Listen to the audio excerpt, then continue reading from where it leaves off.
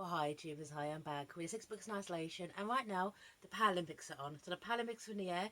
I'm very, very gutted because my plan was to actually be in Tokyo right now, and with my nephew, that was the plan. Okay, just to kind of try to see some games and enjoy the atmosphere when there is an Olympic in your town, in your city, as London was in 2012. Has such a good atmosphere. So the Olympics, the Paralympics, this is now, I'm going back to the roots. I'm going back to the very, very early beginning, to the ancient Olympic Games by Judith Swaddling, forward by Her Royal Highness the Princess Ford, that's Princess Anne, okay? And it's very, very interesting reading this book because even though the Olympic Games and also the Paralympics have evolved over time, you can kind of see how even though things have changed, things still stay the same. Okay, I absolutely love this book. It's based in, well, see, the author plays at the same place in Olympia.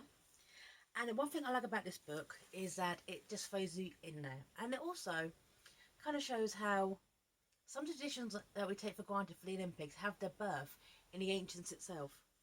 Okay.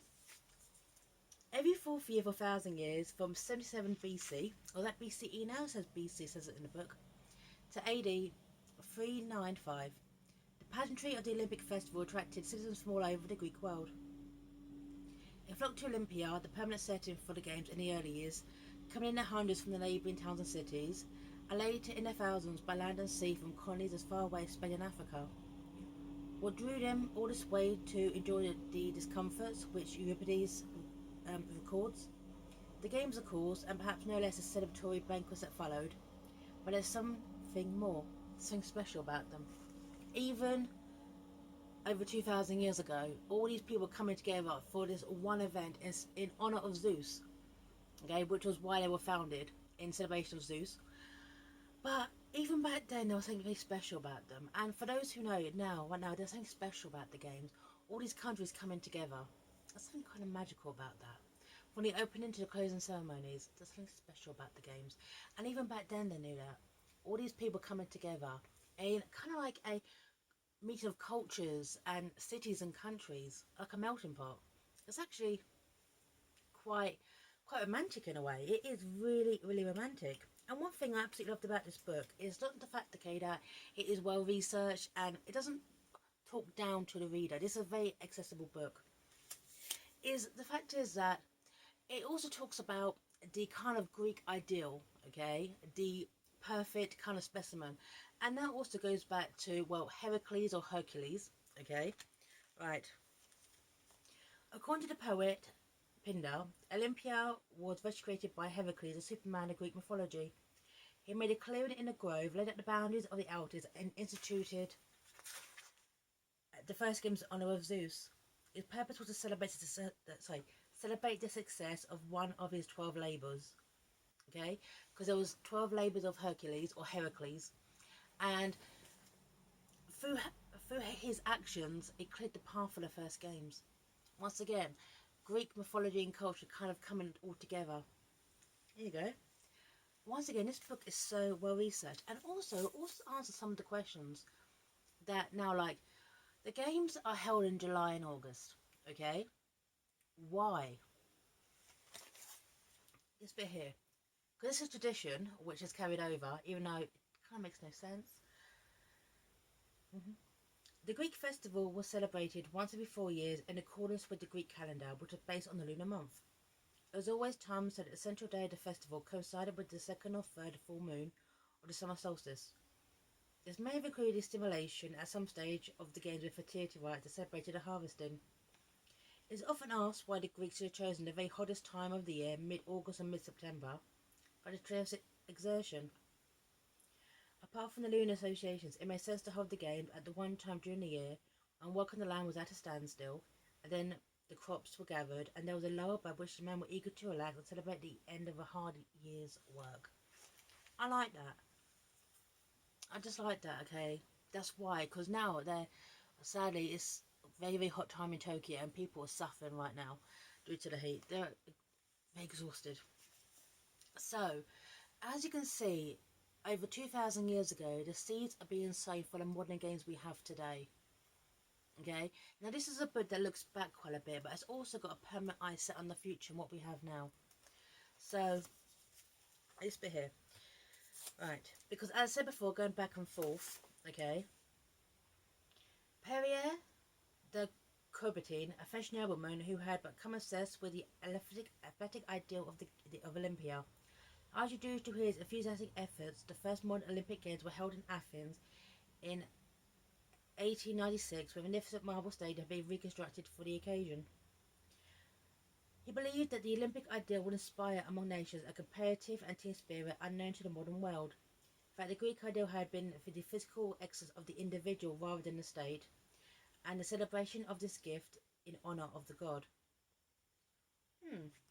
So people did it for themselves as well. So, because obviously now there's a lot of kind of politics that go into the games, and also scandals. And one thing I not lied, but the fact is there's evidence. The fact is that this is not a new thing. That is that even back in the day there was bribery within the games. This bit here, this bit here. Instances of bribery were relatively rare, and Phanasius remarked that it would be incredible for any man to have so little respect for the god, and even more incredible that one of the Ellens themselves would fall so low. This was Demonicus, the parent of a boy athlete who was so over anxious for his son's success, he had bribed the father of his son's opponent, and on discovery both the fathers were fined. There's a historical record of bribery going back then.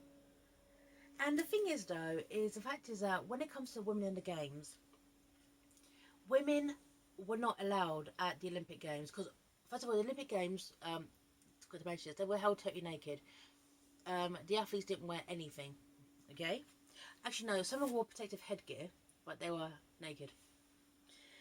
So, women at Olympia, that ban only applied to married women. Okay.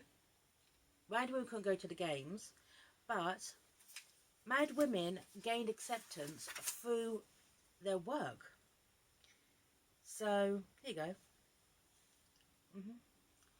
The one married woman who was required to witness the games, she was a priestess of Demeter Shamain, the marble altar of the goddess.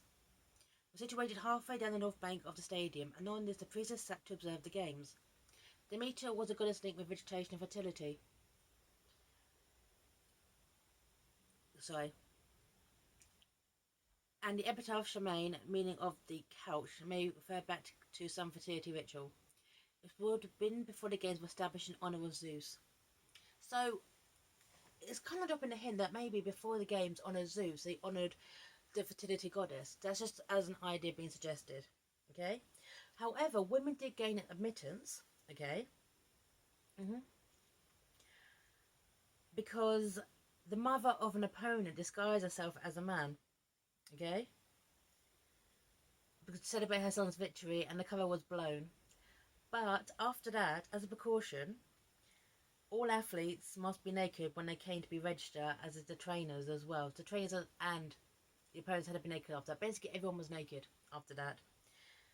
Right. Oh, her name was Calitelia or Phenonique, and she was the daughter of Diagoras, the famous boxer from Rhodes. As her husband was dead, she disguised herself as a trainer and brought her son, Pyrrhodius, to Olympia to compete, and obviously he won. So women were barred from the games unless under special circumstances. Now that's quite interesting because when the games were brought back in 1896, well, they weren't allowed to compete either. So it's kind of like history is repeating itself. It's going back and forth. It's quite clever like that. I like the fact, okay, that the history of the games is the same. Okay, well, obviously now our opponents in, the 19th, 20th, and now 21st century, they're not naked. So some may want to be, but no. As also as well, the fact is that as we have the Paralympics, there also was a game established for Hera. Okay, right. I love this. Now this is not as well known, and I would love to read more about this. There's any book out there. Okay, get this. Okay, women were excluded from competing in the Olympic Games, but they did have a festival of their own at Olympia. This was the Heria, or Games held in honour of Hera. Sorry about this. They were also celebrated every 4 years, but there was only one type of event, the foot race. It was divided into 3 separate contests for girls of different age groups. Okay, and the track in the stadium was shortened by 1/6, especially for the contest, making it just over 160 meters. So men's track it was 180, women's was 160. What's extra 20 meters? Okay, so okay, I just thought that was nice. Okay, that even though women were barred from the Olympic Games itself, unless under special circumstances, okay, or they were observing because they were a priestess, they found a way to make it work for them. That's inspiring, especially over 2,000 years ago. That's cool. That's awesome. Okay. Now, one thing as well is interesting is that the fact is that we don't know well what we know about the games is in this book, but the fact is that things like health and exercise also play such a big part into this. It's absolutely amazing. Okay, and the fact is that there were doctors, there was scientists, there was people, there was trainers. They actually had pretty much what we have today. So nothing really changes. Right. Various types of diet were tried in the early years. Dried figs, moist cheese, and wheat were flavoured. A trainer named Pythagoras, not the philosopher, the triangle guy, recommended a meat diet. Meat was expensive, as consumption became mainly the preserve of athletes. This is one reason why the banquet of roast ox at the heart of the Olympic festival was so special. I like this. Oh, prior to this, at the opening of a festival, oxen were slaughtered in honor of Zeus, and then the meat from that, after they were sacrificed, was given to the athletes. So, because as it was so expensive, that was interesting as well because obviously, class is also playing a big part into this as well, because some of them, sorry, some of them are rich class, a noble class. They could afford the meat, they could afford the expensive trainers, where someone fell on the line, okay, a farmer's son, a farmer, a labourer, who wanted to compete had to work that extra bit harder. It shows even back then the class structure at the Olympic Games, okay, is always there. It's a good example is someone like who's into dressage, okay, the horse like kind of thing. You need money for that. You need absolute money for that. Where something like BMX, okay, which is a new addition to the Olympic Games, and we did very well. The UK did. We won a gold and a silver in the women's and men's. That is something that the working class kids can do. The Prince of Peckham, if you will. So the class structure is the fact is that people from different class structures have got to do what they need to do, and that's why I absolutely love BMX. By the way, in the Olympics, okay, because as the Olympics is a very kind of class conscious event, if you will, it's something that the working class kids can do and become excellent at within their sphere. I just wanted to throw that out there. Right. Okay. And I mentioned the oxen itself, okay? 100 oxen, by the way, the great sacrifice to Zeus. 100 oxen. Right. Took place on the morning, on the middle day of the festival. That is immediately after the full moon, okay? And because the Greeks reckoned that their day from sunset to sunset, so a full moon and a sacrifice are both on the same day, okay? And the fact is that there was a procession. You know how we have the procession in all the countries at the opening ceremony, the big kind of parade? That's not new. That's them. The Greeks did it. Get this. The grand procession around the Altis, that's the Greek stadium, gave the various Greek ambassadors the opportunity to show off their wealth and finery, in particular ceremonial vessels belonging to the city-states, which would be used for the banquet. So, yeah, they're having this procession showing off their stuff for this banquet, but the fact is, okay, they would be grouped into their kind of cities. I can just imagine a kind of announcer saying which one to the crowd, for those that doesn't know. This guy's from Sparta, this guy from Rhodes, this guy from Athens. And then as it grew, it probably would have copied other countries too. As I said, Spain and the African colonies. So, man, God, can you imagine the banquet? And it's also good as a book showing the evolution of the games as well. Now, one thing I absolutely love about this book is some of the most important kind of events in the games get their basis here. Okay, you have wrestling. Okay, you have horse riding. You have chariots. You have discus. You have javelin. All these things have their basis in the Olympic Games. Now later on, the games have evolved to incorporate other sports, and as I said before, is a good thing. So I like the fact, okay, that even though they were stark bullet naked, even though they actually wore helmets. So I'll show you this picture. See, they wore protective headgear. You can see that. They even found a way to kind of cheat as well, you know, because remember, cheating scandals kind of go back as well as where's this? Get this, okay, right. Wrestlers anointed themselves with olive oil. Powder was then dusted onto to afford the opponent a grip. Otherwise, it'd be rather like the old game of catch the greasy pig. However, the unscrupulous wrestler will secretly wipe an oily hand over some part of their body that the opponent was likely to grasp. To the wrestler, he was thrown and then hastily rubbed off the sand from his shoulder to remove the evidence of a fall. I like that. So they had to cover those in olive oil, okay, and then powder, but you kind of put a little bit extra. I think it's going to grab. Okay, right. And also, as well, when it comes to prizes and ceremonies, okay, so first of all, there was no. Sorry, that's my foot. There was no second, or there was no silver and bronze, okay? They are actually new inventions, okay? It was you win or you lose, and that's it, okay? Second place to the Greeks was the first to lose. Right. And it's interesting because we have our ceremonies, well, there's the opening ceremony, the closing ceremonies, and then you have, obviously, someone wins, and then they can take to the podium and hear their national anthem and the flag. This bit here. Right. The victor was not crowned until a special ceremony at the end of the festival, held in front of the statue in the Temple of Zeus.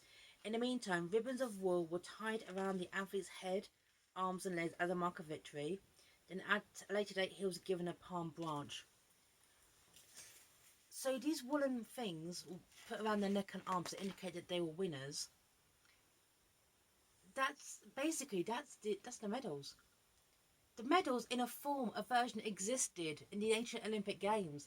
This is fantastic. Just reading this book, obviously you can tell I enjoyed this book. You can just see how all these influences kind of trickled down, and then they were forgotten in some capacity, and then they were brought back with kind of, can I say, being back with a vengeance? They were brought back, they were celebrated. I love that. Right. And in as now, okay, the athletes are celebrated, the winners are celebrated, and I love this too. I just love this. The most celebrated athletes had grand burials, as we now know from that of an athlete at Toronto, who was buried wearing a gold wreath in a sarcophagus surrounded by 4 Paleolithic amphora. Right, a pathological examination has indicated it may be a discus thrower, even perhaps identifiable with icons. Oh, he was a famous discus thrower. I like that. How they're celebrated as well is just awesome. Okay. Now, when I mentioned the class system as well, okay, this bit here, and this is chapter 8, politics, scandal, and propaganda. Sorry, when you got a metal-filled foot, it does that. Okay. When the expense of maintaining horses and equipping a team meant that only the wealthy could compete in chariot races, a young athlete from the lower class could probably work his way up to the top in other athletics events. The first named victor, Korobios, is recorded as a cook, whilst other victors indicated a cow herd and a goat herd. There are no regulations prohibiting professional athletes from competing at the ancient games. A successful athlete probably could have earned his living simply returning around from one athletics event to another. Yeah. Even back then, there was a class system within the Olympic Games. Right. But the fact is that this is further along. The fact is that this book is also quite cynical with when I mentioned that opponents would cheat, there was also that going on with the judges too. Now, judges for the Olympic Games, okay, could enter their own horses into events. Right. This bit here. Right.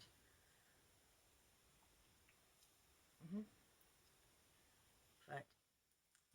In 4th century BC, the judges were allowed to enter horses into the equestrian events. In 372 BC, however, when the Eleantrolis won victories in both the 2-horse chariot race and the 4-horse colts race, the Eleans finally decided to ban judges' horses from the competition. Right. Yeah, can you imagine if a judge... Because obviously, okay, you need eyesight. So a team of judges you have to judge this event, to judge who crosses the finish line first, have horses in it. Yeah. I like the fact that, okay, corruption and bribery went hand in hand in Olympic Games, and this is when, okay, even though the Olympic Games is, well, for your country, it's for yourself, it's for, you know, the pride. The fact is that back then they were doing it in worship of Zeus himself, yet they were still human and still fallible, and hey, they were still cheap. And it kind of goes into at the end, okay, the kind of end of the Olympic Games, which actually is quite sad, okay. Now, what happened was the same thing that happened, you know, with a lot of occupied nations, okay.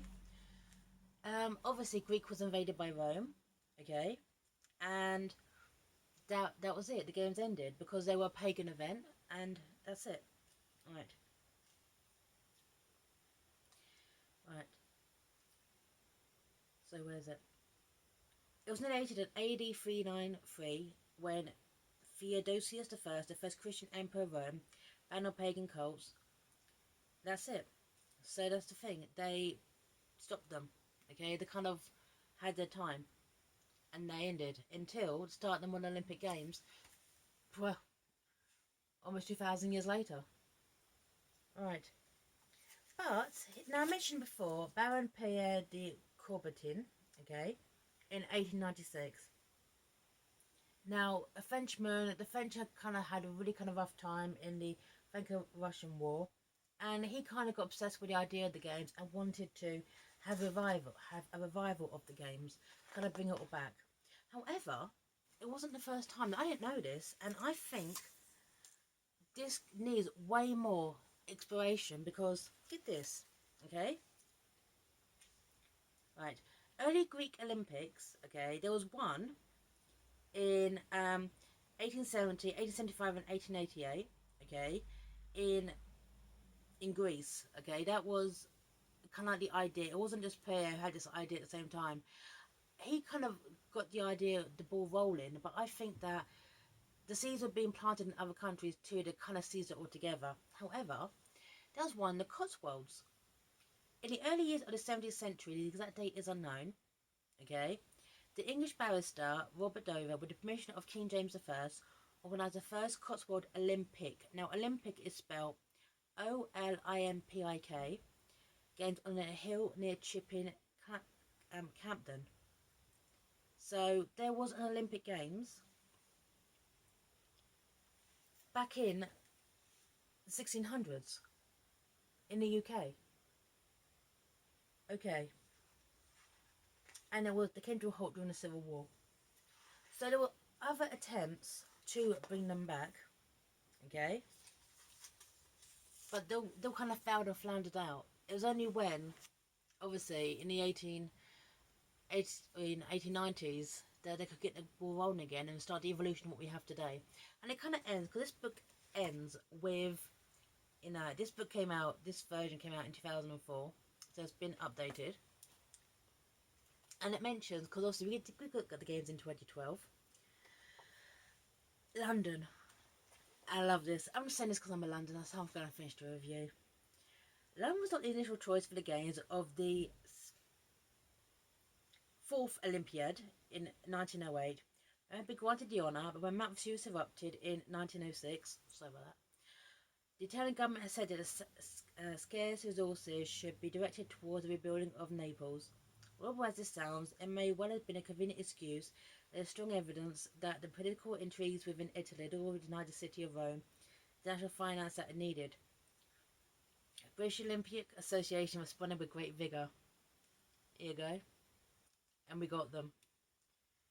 And the 1912 Games in Stockholm brought on the success of London and became an organisation model for years to come. So, and then it mentions the Paralympics in Stoke Mandeville, which again deserves a book by itself, which I can't get hold of. So, I like this book because it kind of shows how games evolved over time. It kind of shows how all the games that on the original Olympics, we brought them back. Okay, everyone sort of came back the track being the big one, if you will. And yeah, it's true because it's one that happens back to back time. I also like how it shows how society, if we haven't really changed. A rich man can get the rich events, okay? The charity, the horse ride and all that. Whereas a poor man will just have to work with the resources that they have, okay, and work their way up. So, and the fact is that corruption and bribery still went on back then, even in celebration of Zeus. So I love this book. I absolutely loved it. It's well researched. The history, it tells you so much. And the Paralympics is still going on. Well done to everyone who's won so far. Got about another week left. Good luck to everyone who's going up there. Okay, you're going to do great. And sign off here. 60 books in isolation. So I sound a bit dehydrated. I feel I'm going down with a cold. Sign off. Bye now.